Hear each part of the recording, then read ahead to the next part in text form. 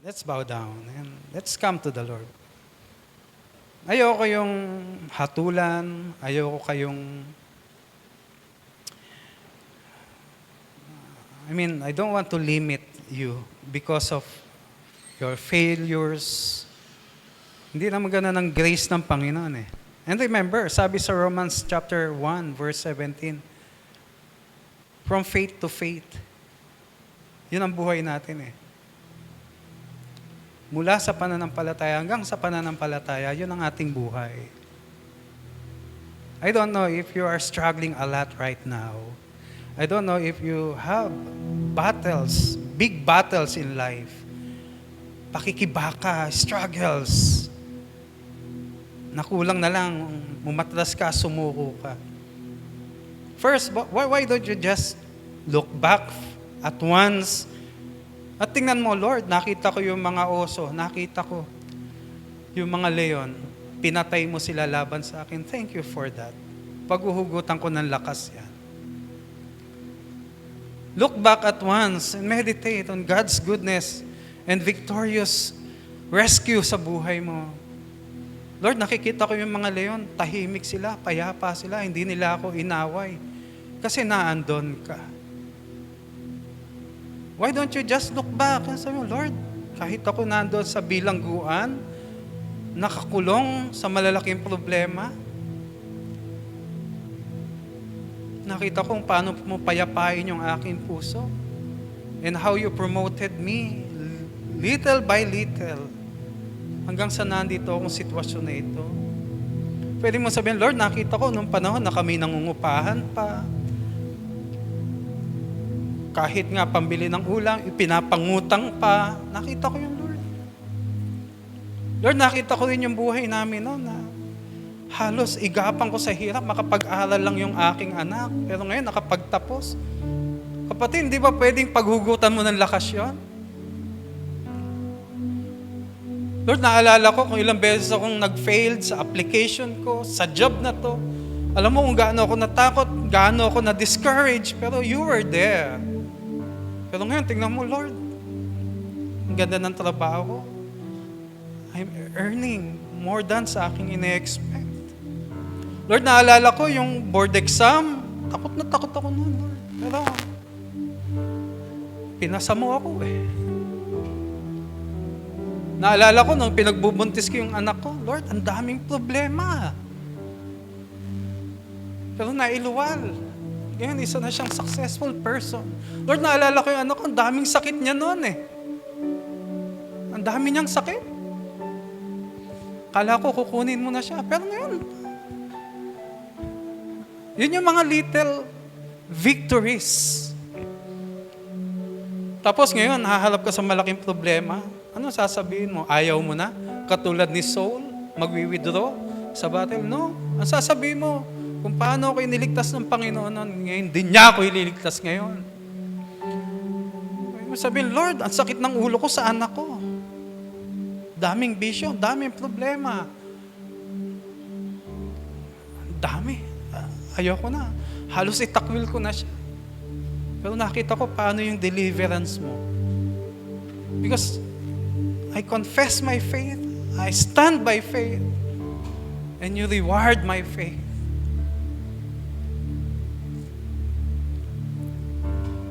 I believe the Lord will promote us more in this faith. The Lord will promote you more in this life.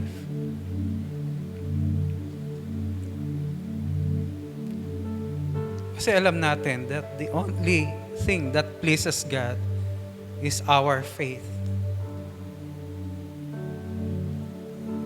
Our faith. And He will reward us.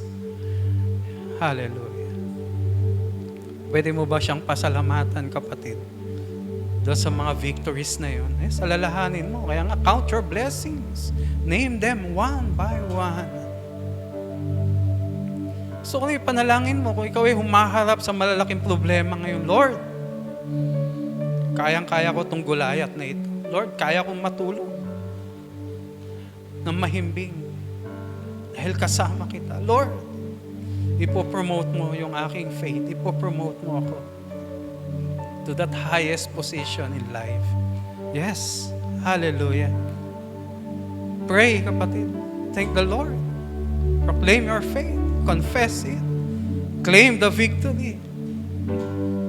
Hallelujah. Hallelujah.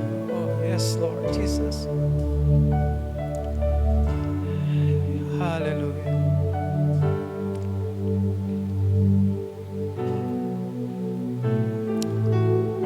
Oh, praise your name, O God.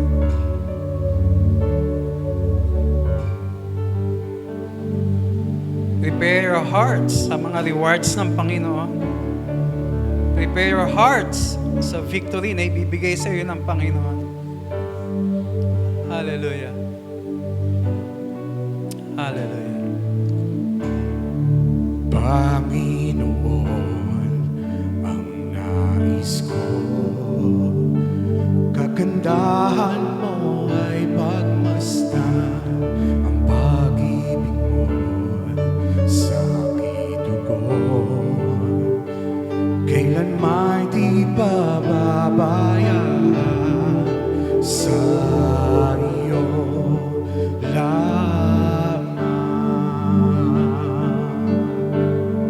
Matatagpuan sa iyo lamang.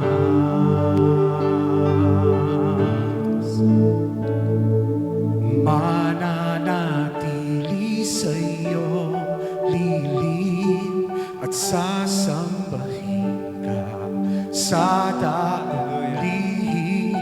Mananatili sa iyo lilim nang masumpungan ka sa dakong lihim. Alam niyo mga kapatid, hindi naman kinakailangang highlighted. Hindi naman kinakailangang nakikita ng marami ang pakikibaka mo. Yung malaman mo lang kasama mo ang Diyos, that's enough. Amen? Kaya sabi ng mga awit, doon na lang ako sa shadow mo.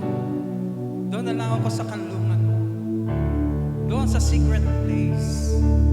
Doon sa lihim na dako na yun. This is where we gain yung strength. Minsan yung salita ng tao, maganda, na-encourage sa'yo. Pero mas masarap marinig ang tinig ng Diyos. Yung ikaw at siya na lamang. Amen. Let's all stand once again. As we sing this song, let's proclaim it to the Lord. Hallelujah. Hallelujah.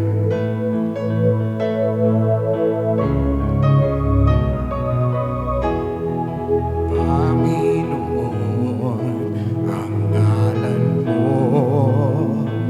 ay kalinga at sandigan ko, di magbabago pangako mo.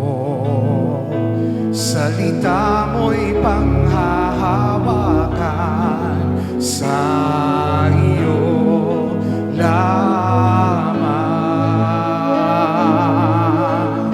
Matatagpuan sa iyo lamang.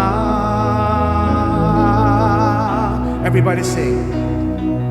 Mananatili sa iyo lilim at sasambahin ka sa dakong lihim. Mananatili sa iyo lilim nang masumpungan ka sa dakong lihim. Mananatili sa iyo lilim at sasambahin ka sa dakong lihim. Mananatili sa iyo lilim nang masumpungan ka sa dakong lihim. Aming Diyos, salamat po. Ikaw yung nakakakita sa mga sitwasyon where nobody is around, when no one is there, Panginoon. totoo, Panginoon, hindi ko alam kung anong struggle, ano ang nararanasan ng mga kapatid ko ngayon. But you see them, Lord. Each one of them, oh Father God. Alam mo yung tumatakbo sa isip nila. Alam mo yung kabigatan ng puso nila. Alam mo yung lakbayin at landas na meron sila. Alam mo yung kahirapan. Alam mo, Panginoon, yung struggles na meron sila. But Lord, I pray, please reward their faith, O God.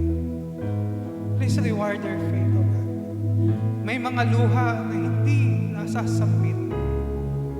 May mga sakit sa kalooban, Panginoon, na hindi na ibubulalas. May takot, Panginoon, na dinadaan sa ngiti. Panginoon, sa kabila ng mga bagay nito, dalangin ko, maging matingkad ang pananampalataya na pinasimulan mo sa buhay ng bawat isa sa amin. Sama-sama kami, Panginoon, na magpapahayag. Tinatigo mo ang labi, bibig ng mga leon. Tinalo mo, Panginoon, ang mga oso. Hindi mo hinayaan kami masaktan. Inalis mo, Panginoon, ang mga bisig, Panginoon, ng mga karamdaman sa amin. Tinanggal mo, Panginoon, ang mga hadlang sa aming pananampalataya. Inalis mo, Panginoon, ang mga problemang ito. Dahil ikaw ay naando. Lord, kung wala na kaming makakapitan, ikaw ay laging naandyan. Ikaw ay laging tutugon sa aming mga pangangailangan. Lord, I pray that let there be restoration. Let there be freshness, O God, sa aming faith. Renewing of minds, O Lord. Restoring the relationships. Humility before you. Revival, Panginoon, sa aming espiritu. Lalim ng paglilingkod. Pagbabagong buhay. Pag-aayos ng aming asal at ugali. Pagpapatatag ng aming pananampalataya. Lord, salamat po sa inyo. Purihin ka, O Diyos, for the faith that we profess, that faith, O Lord, that we confess is a life story na aming na-experience bawat araw. We thank you, Lord. Tanggapin mo ang papuri, ang pasasalamat sa pangalan ni Jesus. Amen. Hallelujah. Sing the chorus. Let's sing. Mananatili sa iyong lilim at sasambahin ka sa dakong lihim. Mananatili sa iyong lilim nang masumpungan ka sa dakong lihim. Mananatili sa iyong lilim at sasambahin ka sa dakong lihim. Mananatili sa iyong lilim na masumpungan ka sa dakong mananatili sa iyong lilim at sasambahin ka sa dakong lihim.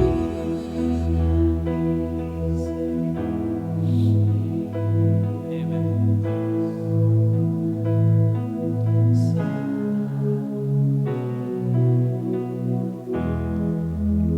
Bago ka umupo, sabihin mo sa katabi mo, pwedeng umiyak, pero hindi pwedeng sumuko.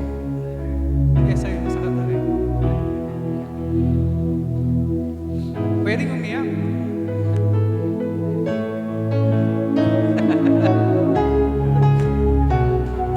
Amen. Praise the Lord. Hey. Amen. Sige po, makakapo na po tayo lahat.